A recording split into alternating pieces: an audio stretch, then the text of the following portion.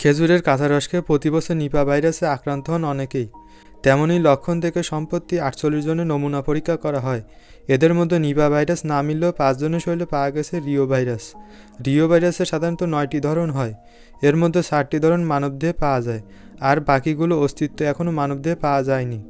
এই রিও ভাইরাসের একটি সাধারণ ব্যাট রিও ভাইরাস প্রথমবারের মতো দেশে মানবদেহে শনাক্ত হয়েছে।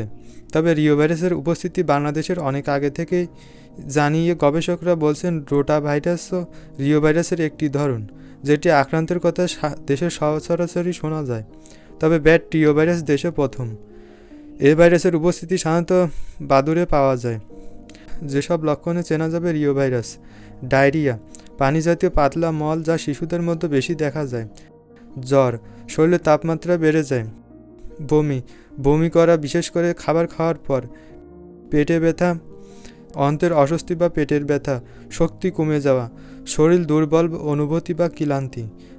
যেভাবে ছড়ায় রিও ভাইরাস: গবেষকরা বলছেন রিও ভাইরাস ছড়ায় হাসি কাশির মাধ্যমে। আক্রান্ত হলে শ্বাস প্রশ্বাসের সমস্যা, জ্বর, মাথা ব্যথা, বমি ও ডায়রিয়া হতে পারে। মারাত্মক হলে নিউমোনিয়া, এমনকি এনসেফালাইটিস বা মস্তিষ্কের প্রদাহ দেখা দিতে পারে। আর এই ভাইরাসে আক্রান্ত হয় বেশি শিশু ও বয়স্করা। স্বাস্থ্য বিশেষজ্ঞরা রিও ভাইরাস থেকে সুরক্ষার জন্য শীত মৌসুমে স্বাস্থ্যবিধি মেনে চলার পরামর্শ দিয়েছেন। বিশেষ করে শিশু ও বয়স্কদের যত্ন নেওয়ার উপর জোর দেওয়া হয়েছে। প্রসঙ্গত, বিশ্ব প্রথম রিও ভাইরাস শনাক্ত হয় 1950 সালে। কতটা মারাত্মক রিও ভাইরাস? রিও ভাইরাস সাধারণত মারাত্মক নয়, তবে এটি গুরুতর ডিহাইড্রেশন বা পানিশূন্যতা সৃষ্টি করতে পারে, বিশেষ করে শিশুদের মধ্যে। সেক্ষেত্রে সঠিক চিকিৎসা না পেলে এটি জীবনহানির কারণ হতে পারে। তবে এটি সঠিক সময়ে চিকিৎসা নিলে ভালোভাবে নিরাময়যোগ্য। প্রতিরোধের উপায় কী?